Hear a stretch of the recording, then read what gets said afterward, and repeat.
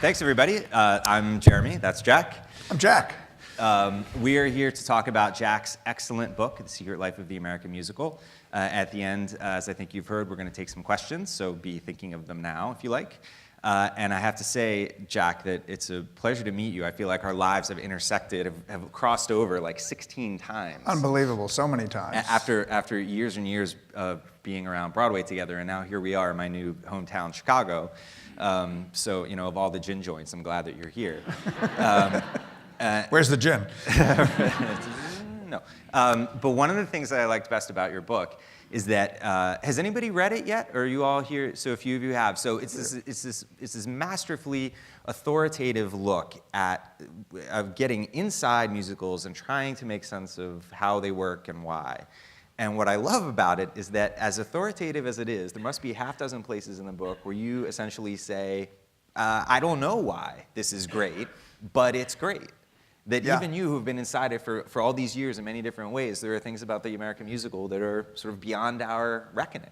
Well, you know, I think it's that thing that it's a brain science thing, I think, because something happens to you at certain moments in these shows, and you can't really control your emotions, and you're not really 100% sure what it is that triggered it. I had a funny interaction with Stephen Sondheim over by email. Actually, he was very kind and willing to look over some of the things that I had written about his shows to make sure that at least the facts were accurate, or at least accurate according to him. And for the most part, he was the only one left living. So as far as I'm concerned, his story is the truth. But we were talking. We went back and forth about the fact that I always cry at the end of the first act of Sunday in the Park. And he said, I always cry at the end of the first act of Sunday in the Park, too. And I always cry on the word forever, you know, forever. And I wrote back and I said, that's funny, I never cry on the word forever. I always cry on the line, people strolling through the trees of a small suburban park on an ordinary Sunday, that section, which is later. I said, I cry after you cry. And we don't know why this happens, it just happens. You know, there is a mystical element to this, but the book is sort of designed to demystify the parts that can be demystified so that you can see the superstructure on which those mystical things land when they land. It was a class originally, or grew out of a class. Right. I spent a decade teaching at NYU at the Tisch School, teaching young professionals. And when I decided it was time to write a book, which I didn't really decide, I was urged to do it, I thought this book has to be for fans, not for, you know, otherwise there's 28 people who are going to be interested in reading it. But I had gone, the first class, where there were two classes, the first class was a really close, super duper close reading of 5 musicals in which the students read them aloud. We stopped every other line and said, why is this here? What's being built up? What's being paid off? We listened to all the music. We talked about the lyrics. We talked about how these things are structured.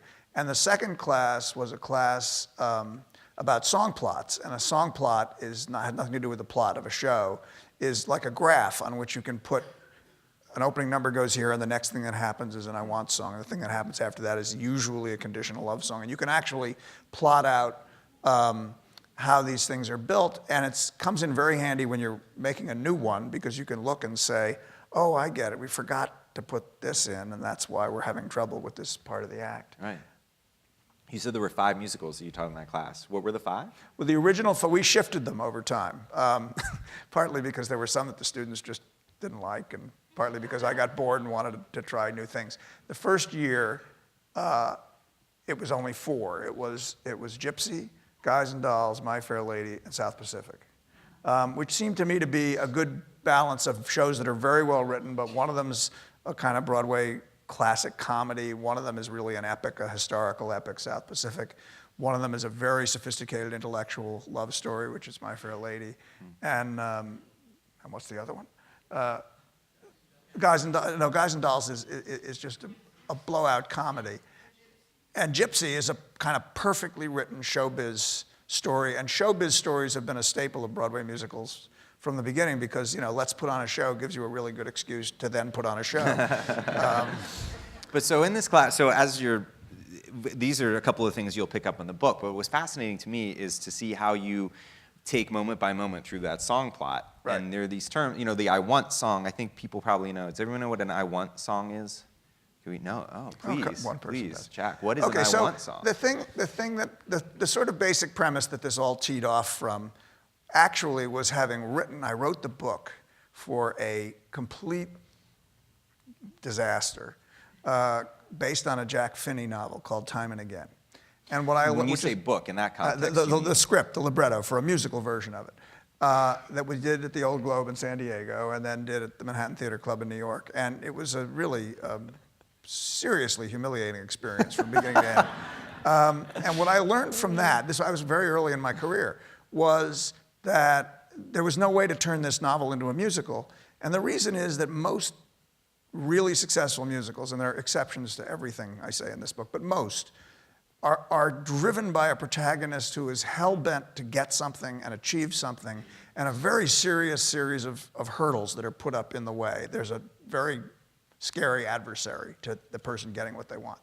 And it's puzzling and curious that this almost necessity for how you structure a musical is not true of almost any other form of storytelling. You know, there are plenty of movies like Time and Again, which was never actually made into a movie, about some guy who's walking down the street having a, you know, mildly dissatisfying life, but he thinks he's pretty happy, and suddenly something happens to him and he realizes that, oh my God, he's actually really unhappy and he has to change his life. And that can happen as late as 40 minutes into a movie.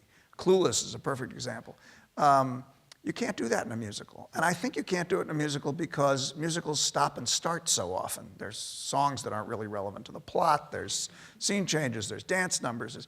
And if you don't have something pushing it forward with tremendous energy, the audience just gets lost or bored, or they get off the ride somewhere or other. So the way you do that typically in a musical is with what's called an I Want song. After the opening number, almost always the next thing that happens is somebody steps out into the spotlight and says, you know, some people can sit and do nothing, but some people ain't me. I'm gonna make my two children the biggest stars on the vaudeville circuit if it kills me.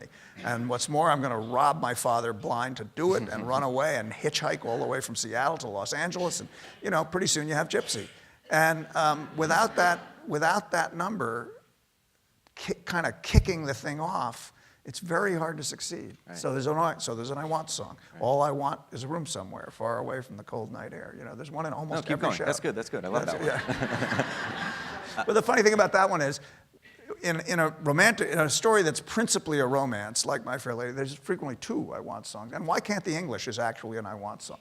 Right. Even though Henry Higgins never says he wants anything, the song is about a guy who's obsessed with the idea that if only people would speak correctly, we would have civilization. The world would be a civilized place. Right. You know, so they each have one, and the two I Wants have absolutely nothing to do with each other. So how are we going to get these two people together? And that's what makes it an interesting story. Right.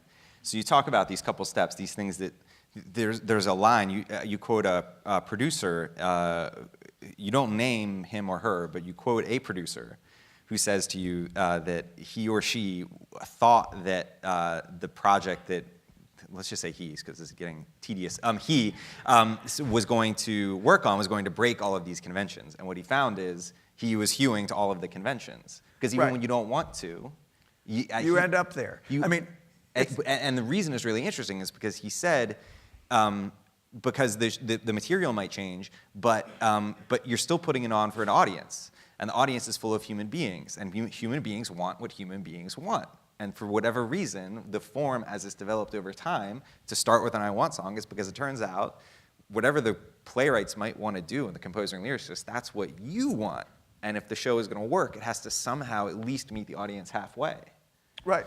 I think that's right. I think there's like a biorhythmic reality to the audience. I love the fact that Oscar Hammerstein wrote a song about the audience called The Big Black Giant, you know, when you can't see out there. But years later, Neil Simon and Mike Nichols devised the phrase, the 900 Jews, which meant the same thing. You know, you have to learn how to play them and keep them interested and keep them alive and keep them awake and keep them engaged. And it's sort of it's a craft as well as an art. Now, you talk about there being a golden age. Lots of people say there's a golden age of musicals, and when they say that, no one talks about the golden age as being today. You define it very clearly in the book. It starts with Oklahoma, Right. and it ends with a chorus line. Right. Why? And, go ahead. No, why? Why? How did you draw well, those two? the first thing I want to say is that the golden age doesn't mean necessarily, or even in my mind at all, that that was the end of when good musicals happened. It was a golden age only in the sense that the musicals bore striking similarity to each other in terms of form and even sometimes in terms of content. I think it's ironic in a way and kind of great that the name of this talk is From Hairspray to Hamilton, and I don't think we've gotten past 1957 yet. But, you know, when I was a freshman in college, I took a course called British and American Theater of the Last 20 Years. I thought, good, I can ace this course. I've seen all of the British and American theater of the last 20 years. And I went in, and the first play on the reading list was Agamemnon. And somebody actually said to the professor, I thought this was British and American theater of the last 20 years. And he said, well, by the time you get through reading all this stuff, you'll understand British and American theater of the last 20 years. So, you know, From Hairspray to Hamilton is actually what we're talking about in a way, because these things don't really, they change in a lot of ways, but in certain ways they don't. And I've completely forgotten what your original question was. No, how did the golden age, I mean, you defined it. Oh, the golden age, right. So Oklahoma really opened what was like a golden door in a way that the musical had to pass through. And it's interesting that in the year, that opened in 1943, it was Rodgers and Hammerstein's first show. In the years immediately before it, in the years way back, musicals were really just, you know, girls' gags, songs, great performances. The Great American Songbook is mostly actually from before Oklahoma, what we think of as the kind of classic American songbook of Gershwin and Berlin and Porter. And in the years before Oklahoma, a bunch of shows were trying so hard to find that door and to go through and make the musical theater a mature thing, an actual mature art form. And Oklahoma did it. I mean, Porgy and Bess sort of did it in a way. Cabin in the Sky kind of almost did it. Pal Joey sort of almost did it. They had ideas that were not just girls' gags, great songs, and a chance to listen to Burt Lahr, but they didn't get there. Showboat, which was much earlier, kind of almost got there in some ways, but it was also sort of an operetta in some ways. Oklahoma was a really big deal. Wasn't there some line when it was out of town? Someone scouted it and said something like "no tunes, no legs, no chance" or something. Right. Yes, I think it was Walter Winchell or somebody like that. It was, that meaning like without a, you know, that Oklahoma no, stood no chance. It's one of the biggest hits in the history of. Although I read a quote just a couple of days ago from Stephen Sondheim, who was talking about why Carousel was Rodgers and Hammerstein's greatest work, and he said because Carousel is about life and death, and Oklahoma is about a picnic. Right. And in some ways, he's right.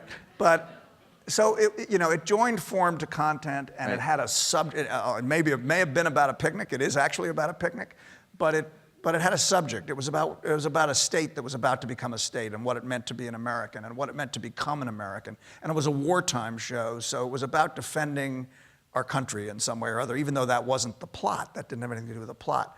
That's what the show feels like. And then shows, because it was such a huge hit and because it sort of had gone through the door, shows followed that form for years and years and years. And Chorus Line, I think, almost more, even though it came at the kind of or in the middle of the Sondheim Prince years, which did a lot of experimental work, kind of was the first huge Oklahoma-sized hit that didn't really do that. So for me, that's kind of the end of the golden age. And this is 1975. 1975, right. And so how would you describe where we are now since 75? Well, I think it's been an interesting ride since 75. I think into the early 80s, we were, there was Chorus Line, and there was Annie, and there were some other kind of classic Broadway shows. And then the 80s were mostly about the English, right? They were mostly about Andrew Lloyd Webber and Cameron McIntosh.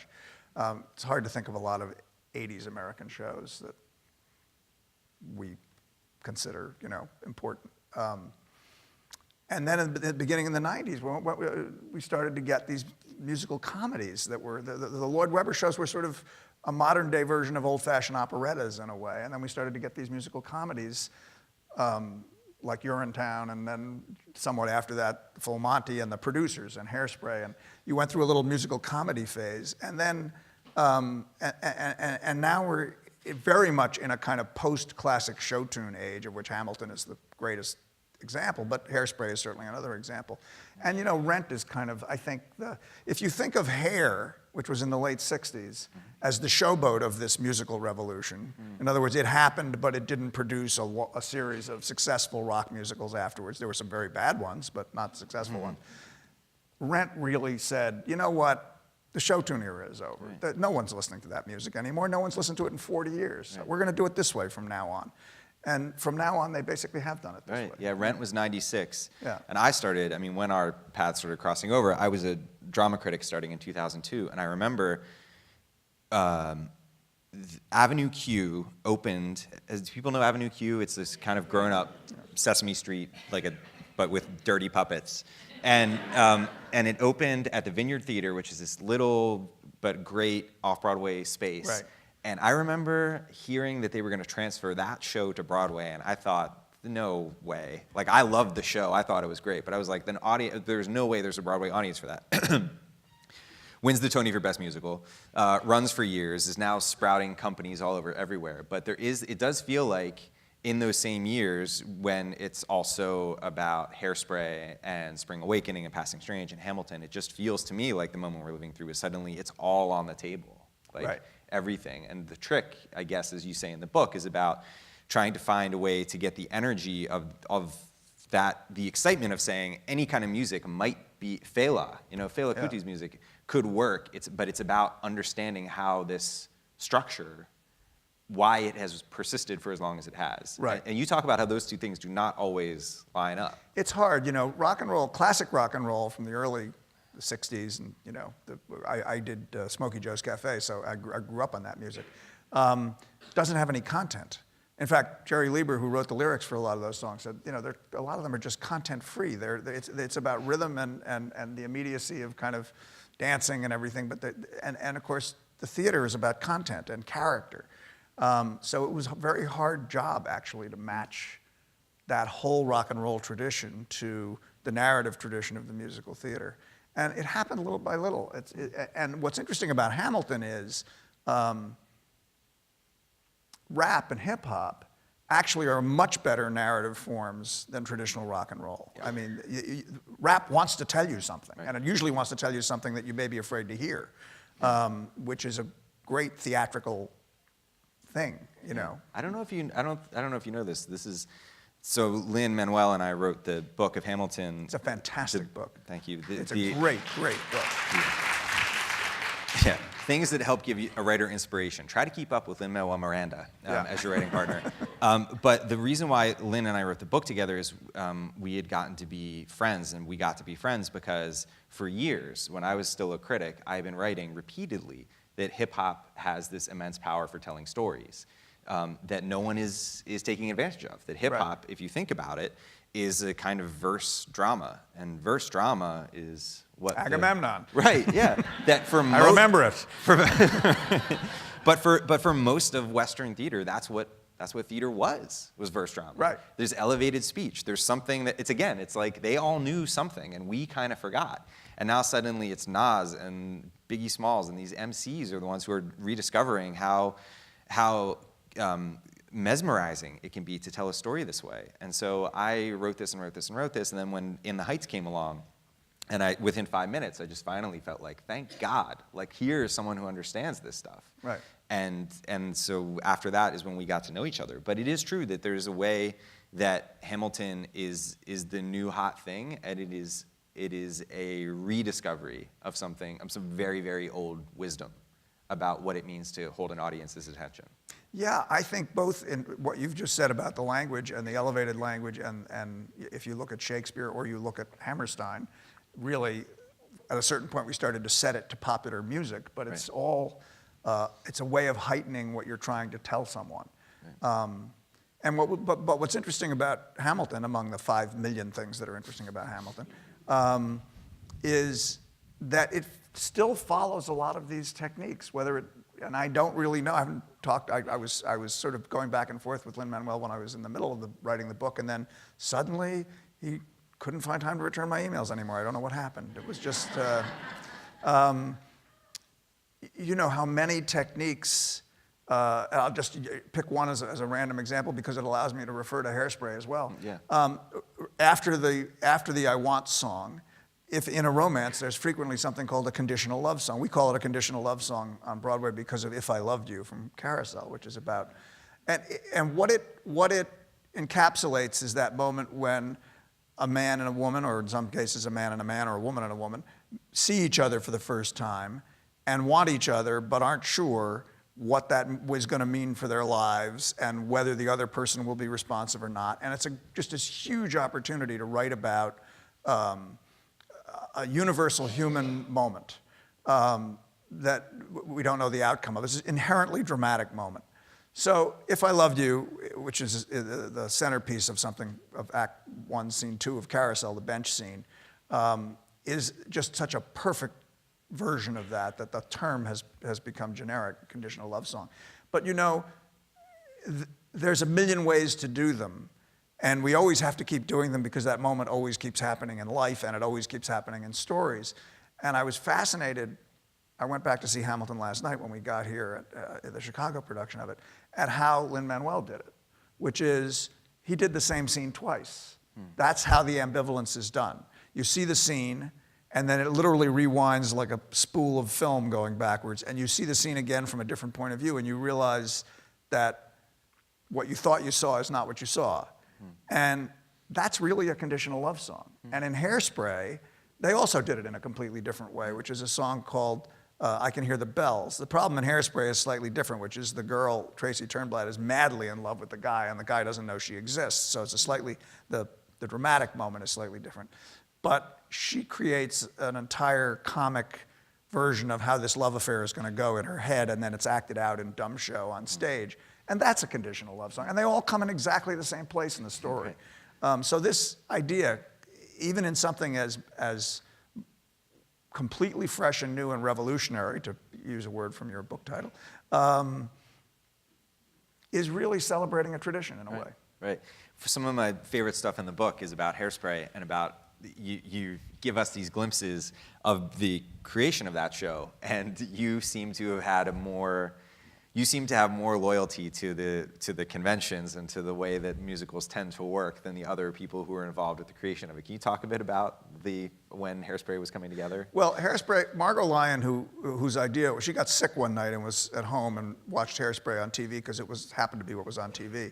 And she's a producer who I've worked with before, and called me the next day and said, there's a great musical in this. I had not seen the movie since it came out. I have only the vaguest memories of it.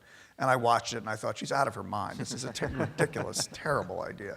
And then she said to me, no, it's a classic musical theater story. It's someone who has a big I want. She's a heavy set person who wants to dance on television, which seems like a stupid I want, but it's passionately held, and then when she gets to dance on television, it becomes about wanting to integrate the world. So the hurdles are huge. The character has a big I want.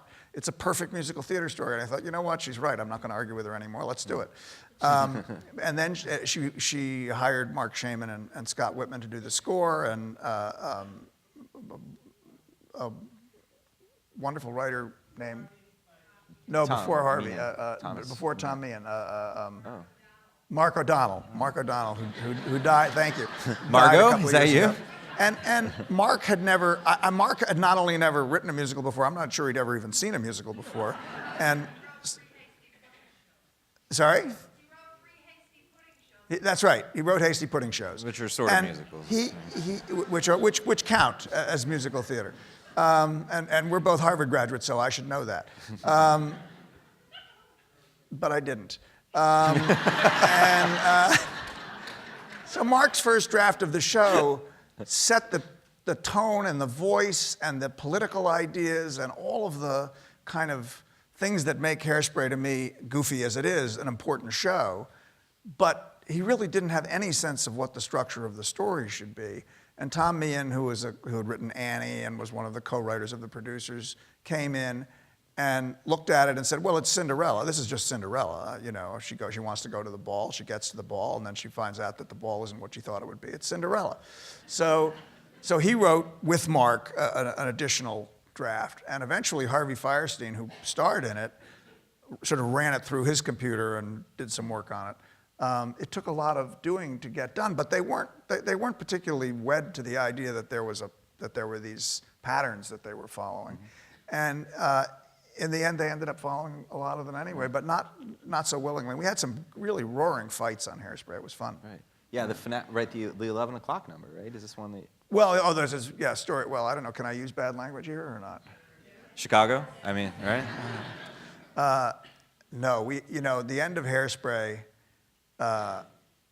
Hairspray is about this, as I said, this heavyset girl who wants to dance and then wants to integrate television, and her mother, who was played by Harvey Fierstein in a big fat suit. And at the end of it, it's a sort of a, what will happen next moment. They're at the eventorium where the Miss Hairspray contest is being held, and there's a huge can of hairspray on stage, about 8 feet high. They're the sponsors. Ultra Clutch Hairspray is the sponsor of this event. And the idea was that there's someone hiding in the can, right? And I said to Jack O'Brien, who was directing the show, well, Tracy has to be in the can, the girl, because she's the heroine of the show, and she arranged the whole thing, and she's going to jump out of the can and solve the problem. And he said, no. Harvey Fierstein is in the can. I said, why? Harvey Fierstein, I mean, I admit he's the star of the show in a sense, but he's sort of a supporting character in the story of the show. And he said, because when Harvey Fierstein comes out of that can in a great big red dress, the whole audience is going to come at the same time. That's musical comedy, folks. I mean, you can structure it as much as you want to structure it. And then there comes this moment where, as I said, sometimes there's God so quickly. Right. And it's been that way ever since. But this is what I love. This is the thing that comes off the pages in the book, that there's this science to it, and then there's this art to it. But musicals are kind of a filthy art form, and that's what's great about them, is that they're messy, and the things happen because, like in South Pacific, the twin soliloquies, which you think, South Pacific, right? This is very famous opening, and the two protagonists are singing these beautiful songs, and they're singing side by side but not together. And I didn't know this until well, it's a conditional love song, right? The moment for the conditional love song comes, and so there's Emile de Beck singing, "This is what I want, this is what I hope for. I wonder if it can work." And I don't really know her that well. And then there's Mary Martin, on the other side is Nellie Forbush singing, "Could this ever be? Could this ever happen?" But they never, they sing these twin soliloquies. So it turns out this is because this was a contractual issue. Mary Martin, when she was asked to be in this show, said to Richard Rodgers, "Look, I know how to sell a Broadway number as well as anybody. I'm a Broadway star, but I can't out-sing Pinza. And so if I'm going to be in this show," he's a basso from the Metropolitan Opera, "if I'm going to be in this show, you have to guarantee me that we will never sing at the same time." Right. And so the twin soliloquies grew out of the contract. So, as Franklin Shepard says, first comes, or Charlie Kringus says in Merrily We Roll Along, first comes the contract, right. I want to talk a bit about how you found your way into this position of vast authority on the American musical. This was... Pure arrogance. There's no other explanation. But now this is a difficult thing if there are any theater artists in the room, but we were both drama critics once upon a time. It's true. It's all you true. got out, you were in LA. They let me out. Yeah. How did you find your way in, and how did you find your way out? I found my way in completely by accident. I have to say, a friend of mine from college called me on the phone one day, and he said, I was a terrible, terrible screenwriter. That was my original job, terrible screenwriter. And I couldn't make a living as a screenwriter because I was a terrible screenwriter. And a friend of mine from college called me on the phone and said that a friend of his was starting a free weekly newspaper, and they were looking for a theater critic. And my friend said to me, "You know a lot about the theater, and you're able to write an English sentence. That means you're probably the most likely person in the entire city of Los Angeles to get this job." Because nobody in Los Angeles knows anything about the theater. So I called this stranger, James Vowell, who was publishing this paper, and I said, my friend Greg Kilday, said I should call you. And he said, sure, if you can get a ticket to the national tour of Annie, which is opening next week. Our first issue comes out next week. And you can write a review of it. And I'd like the review enough to publish it, then you're the theater critic for the paper. And you get $35 a week. And so I wasn't enough to live on, but it was, an opportunity to see Annie again, I guess.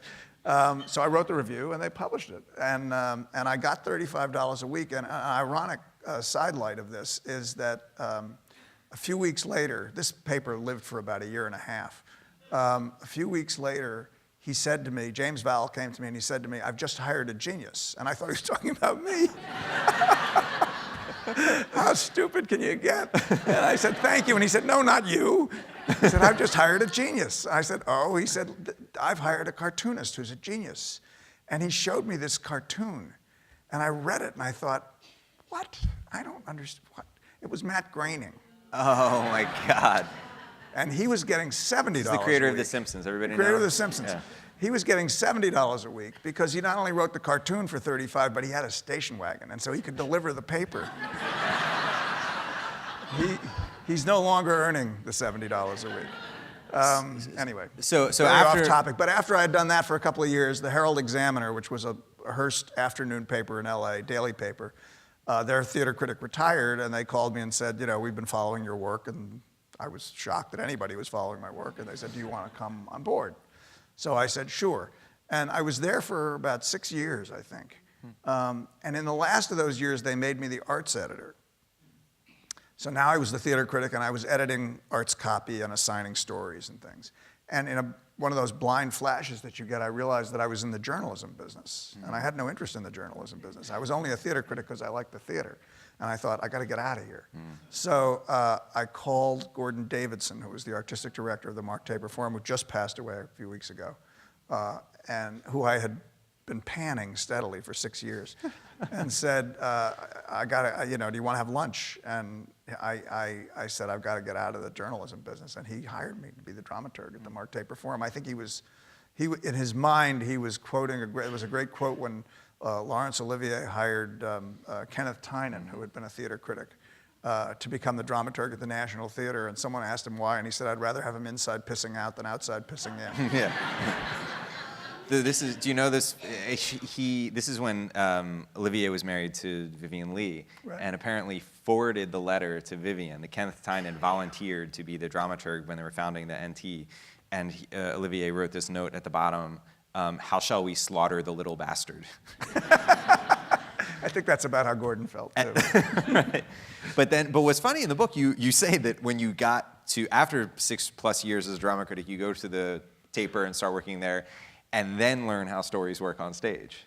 Yeah, well, I had been reviewing steadily, and I think it was a hugely valuable thing to be doing, whether I did it well or poorly, because you have to think about whether something worked or didn't work, and you have to let that thought go into your fingers, and you have to type it out, and you have to do it articulately, presumably, quickly, and you actually learn a lot about what you think goes into telling stories. When I got to the Taper, I realized that I really only understood it from the outside in, and I had no idea how plays were really put on, and how, while a script is a kind of blueprint for what a theater event is, so much of it was lighting and costumes and blocking and staging and performance and things that I had never really taken apart into separate components, and I began to do it finally, and I really learned from Gordon and from the Taper kind of what that whole language is and how much more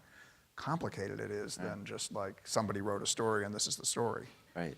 So you've been in New York. How do you get from LA to New York? In a funny way, actually. Rocco Landisman, who many of you may have heard of, who was up until 4 years ago chairman of the NEA, but he was in New York and had just taken over the job running Jujamson Theaters, which owns 5 Broadway theaters, I think you heard a little while ago. And I was at the Taper, and I came back from lunch one day, and there was a call from Rocco Landisman. And there was an article in the Times that morning saying that he was taking over Jujamson Theaters as president. And I thought, what's this about? So I called him, and he said, "Do you want to come to New York and work? I've just taken over this company. All the theaters are, virtually all the theaters are empty. We have to fill them up. The only way we're going to fill them up is if we produce our own work in them. We are not going to be able to book them with other shows, because back in those days, completely unlike today, the theaters were empty. Broadway was in a ditch, And I said, well, I don't think I want to do that. Thanks for offering. It sounds interesting, but why did you call me? And he said, because back when you were a critic at the Herald Examiner, you wrote a terrible review of Big River when it was trying out in La Jolla, and I was producing it. And I used that review to beat up the authors and the director and get the show fixed. And so I think, you're smart, and maybe you can be helpful to me. So I really didn't particularly want to do it. We had 2 little kids. We were living in LA. We were very happy. But he said, come to New York and, I'll seduce you into it. So I said, okay, if you'll get me a pair of tickets for Les Miserables, which had just opened, I'll come to New York for a long weekend. And, he talked me into it. He talked me into it. And so since you've been in New York, I can't count the number of hats that you wear, the different ways that you have a relationship to the art form of the musical. You're still at Jujamcyn, right? And at Jujamcyn, you're helping to choose what's going into the theaters? Yeah, somewhat, and doing a lot of, when Rocco left to go to the NEA, Jordan Roth came into Jujamcyn, and his interests were very much institutional in a way. He really wanted to upgrade the hospitality of the Broadway theater and rethink how our ticketing is done, and so I've been involved in some of that as well. And Encores. And Encores. Do you all know the Encore series at City Center? It's this wonderful, it's one of the treasures of New York's cultural scene. It's a chance to, well, you describe better than I do. Well, it's a series at New York City Center on 55th Street, which was New York's first performing arts center. In 1943, it opened as a performing arts center. And then it sort of went to hell when Lincoln Center got built in the early 60s, and now it's sort of dug itself out of the muck. But Encores is one of the things that's done there. We do 3 concert-style productions of Broadway musicals that you're probably not going to see revived on Broadway anytime soon for various reasons, but that we think have wonderful scores. And we do them with a full-sized orchestra and a full-sized company, but very little in the way of scenery and costumes, although more and more over the years. But still, they don't compare to what a real Broadway show would be. They only rehearse for 9 days. The actors are encouraged to carry their scripts with them. The one that you would be aware of is Chicago, which started at Encores and then moved to Broadway and is there presumably forever now, and has been everywhere else in the world. But it's given me an opportunity to do, what have we done now at Encores? I've done probably 60 musicals. So, you sort of see this, talk about patterns emerging. You do see the same things. Do you feel like as you're programming these things and watching these things, do you feel like you're still learning how musicals work? Yes, all the time. Particularly with newer musicals, particularly when they're being invented.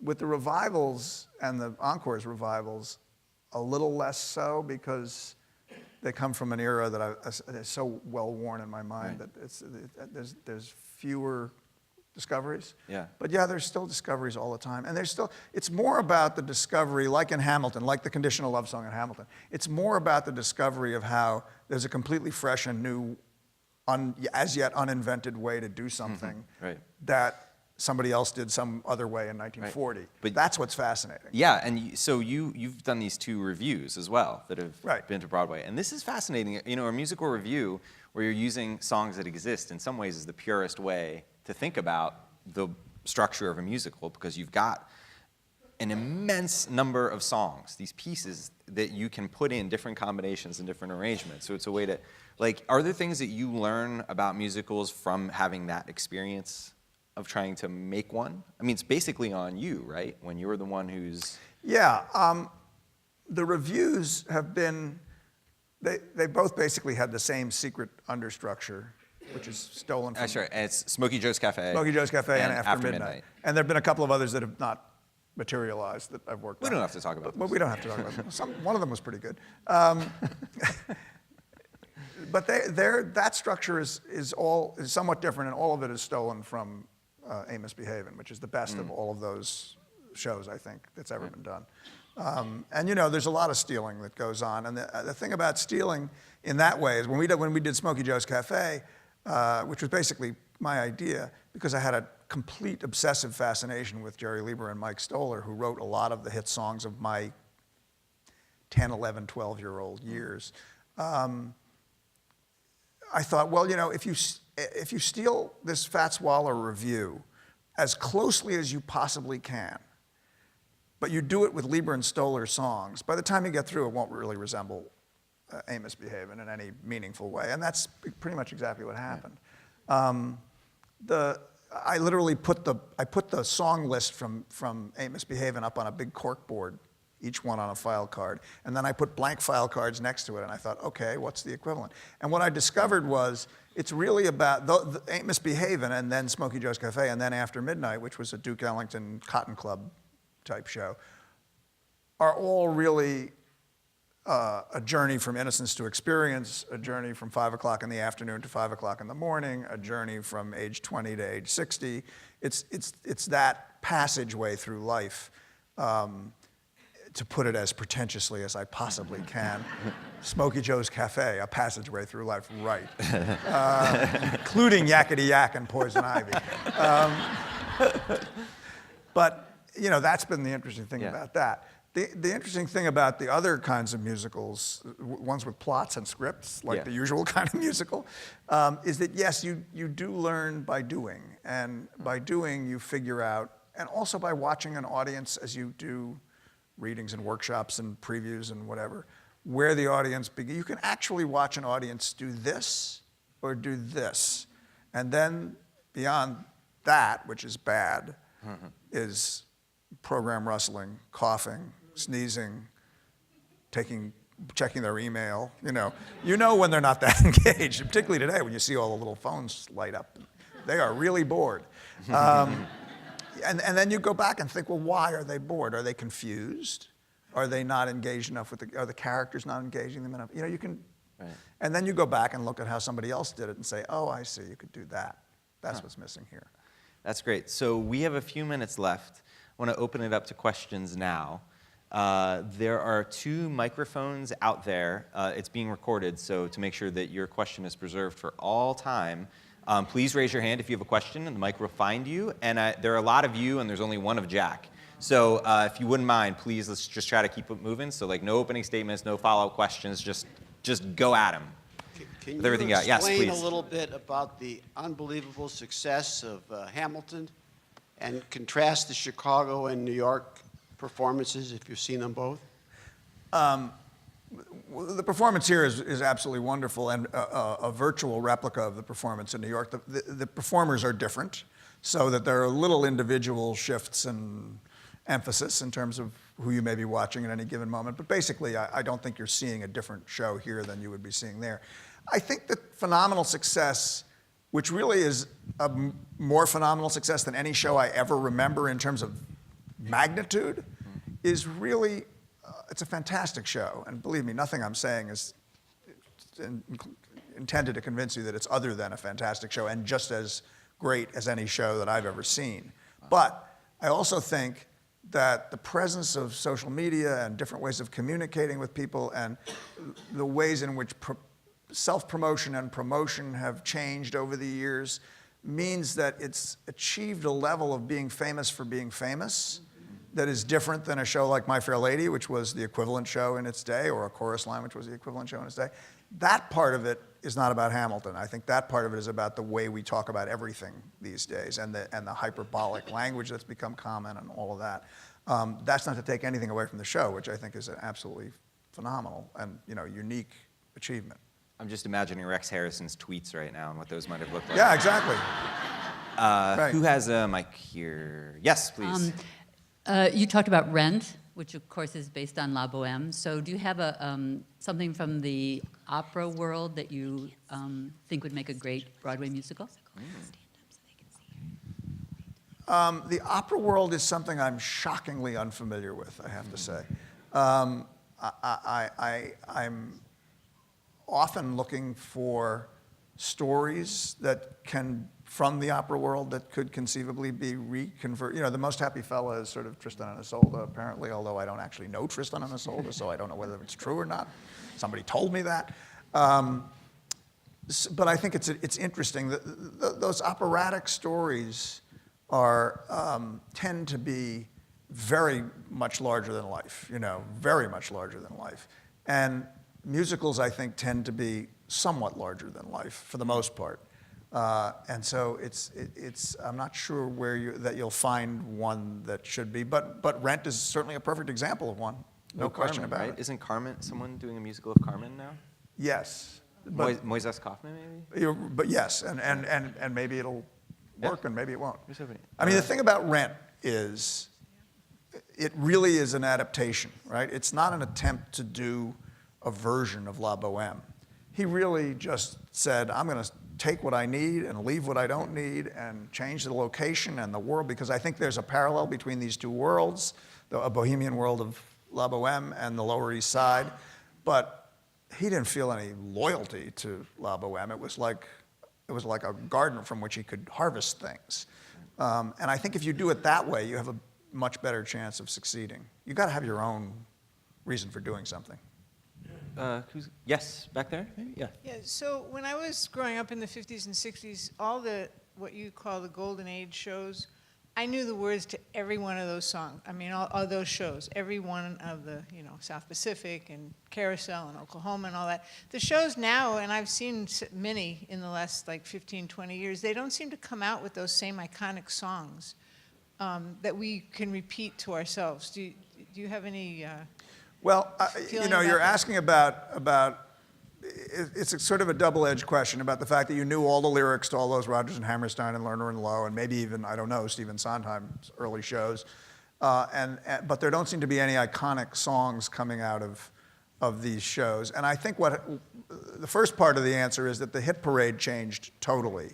So that Some Enchanted Evening was a #1 hit song in its day. And music and lyrics from Broadway shows stopped becoming something that were ubiquitous all over the airwaves and in record stores and everything. I think Louis Armstrong recording Hello Dolly was kind of the last one. And then we went through a period where, who could remember the lyrics to the songs? I mean, is anyone really able to recite, The Age of Aquarius? I'm not. I've never. There's one person down here, but we're not going to ask him I've never heard to do an it. audience answer a question more emphatically than you just did, without saying a word. But we're seeing, we're also seeing theater songs being used in a way that is so scenic. The entire scene is a song. So no one's going to go around. I mean, you may be going around humming the unforgettable melody of The Room Where It Happens in your head a lot. I am. But it's a whole scene. It's not like Some Enchanted Evening. It's not an individual song in the same way. Why did Broadway gurus decide to call shows that they brought back revivals? Unlike what we do in opera, a show comes back, it's just a show that comes back. Revival has such a, unnecessary tone to it. It was a stupid mistake. I don't know who made it. Can you change it? Well, we have tried to change it, actually, and people have tried to say a new production of, but it seems to have just settled into the language in some way that's unchangeable. And there weren't a lot of them prior to Guys and Dolls, prior to the Nathan Lane Guys and Dolls, and the Anything Goes that came right before that, both directed by Jerry Zaks. If you look through what a typical Broadway season consisted of in 1959, 60, 61, all the way through into the 70s, there was maybe one revival, maybe, or more likely not any. And then it became a little economic model that was, you didn't have to develop the show for 7 years. In the old days, we used to just write the shows and do them. You knew that Guys and Dolls was a good show, right? So you could, and then that became very attractive as an economic model. But by then, the word revival had already, entered the lingo. Next question, up here. I'm going to stand for people back here. You talked about pre-Golden Age shows kind of searching for the door into the form or what became Right. the Golden Age, which is found by Oklahoma. Do you think there will be or ever has been a similar itching to recreate that form? Or do you think we're just going to keep seeing variations and recreation or variations of the form and it's kind of where we are and where we're going to continue to be? Do you mean to go back to the Oklahoma model, or do you mean to throw out the Oklahoma model? Not throw it out, but find a new structure that's not following that structure. I think it happens naturally. But what I think Oklahoma discovered is actually a certain kind of interplay with the audience in terms of the structure of how the story is told that modern shows like Hamilton or Hairspray or The Producers or, Fela use the parts of that are useful to them, the way that, and frankly, Oklahoma used the parts of the 20s and 30s that were useful to it. I mean, it wasn't like they said we're slamming the door on everything in the past. They just, the evolution happened because artists were trying to make it happen and they had enough good ideas about how to make it happen. But, you know, Ado Annie and Will Parker in Oklahoma could have come from, you know, The New Moon or The Desert Song. They're a classic old-time comedy couple. So these things just keep evolving. I don't think there's anything sacred about any of it. And Hamilton is probably as much of a revolution as we're going to get this week. But, you know. I don't see the mics. Who has a question? Yes. Can you speak for just a moment about the financial side and perhaps current thinking on ticket pricing and that sort of thing? Current thinking on ticket pricing is that we are going to gouge everybody for as much money as we can get no matter what. I don't think it's really that good a policy. And I'm only being sort of serious, but I am being sort of serious. Theater tickets have always been expensive. But the most expensive theater tickets have always been expensive. The current situation where there's premium pricing, where the theater tickets are just so incredibly ridiculously expensive that you can't believe you heard the number right, I think is to some degree a function of income inequality and the haves and have-nots. I think it's a larger American problem. I also think that on the upside, we can't forget that if you don't need to see Hamilton tomorrow, if you're willing to see Fun Home year after it's been running, the discount pricing possibilities are very, very attractive, and it's a great show. I mean, there are great shows you can see for a semi-reasonable price. What we've lost forever, I think, is the days when I was young and started going to the theater by myself in 1962 and 3, when a back row balcony seat at a matinee was about the same price as a first-run movie. Those days are gone forever. You're not going to find a $15 or $12 ticket to a Broadway show anymore. And I think that's really too bad. And it's bad for audience development, and it's bad for a lot of things. But the fact of the matter is the houses are full. Broadway is a business. It's not a nonprofit art form. And it's very hard to convince anybody of anything other than that they should make as much money out of it as they can. I'm not happy about the situation, but I don't see a solution. Another question? In the balcony? I'm interested in your opinion. A number of the biggest hits in recent years have been sort of bio shows. Jersey Boys, Beautiful, On Your Feet, that really are just telling the story of a life story of a performer or a musical group. I'm wondering how you feel about that, how that fits into the musical comedy, and are they in fact really musical comedies? Well, those shows, all the shows that you mentioned, plus several others, are basically based on existing song catalogs by somebody or other. And I fear in some ways that Smokey Joe's started the trend. But largely, I think the reason they are bio shows is not because somebody wanted to tell the story of Carole King, but because that was the easiest way to figure out how to use that music. And the music has an economic value and is a bit of an insurance policy for a Broadway producer to say, well, I have the Carole King catalog. A couple of shows like Mamma Mia have managed to take a catalog and create a fictional story around it, but that's been something that hasn't succeeded as much. I think those shows just are what they are. They don't really fit into the form that the book is about. They're Not even Jersey Boys?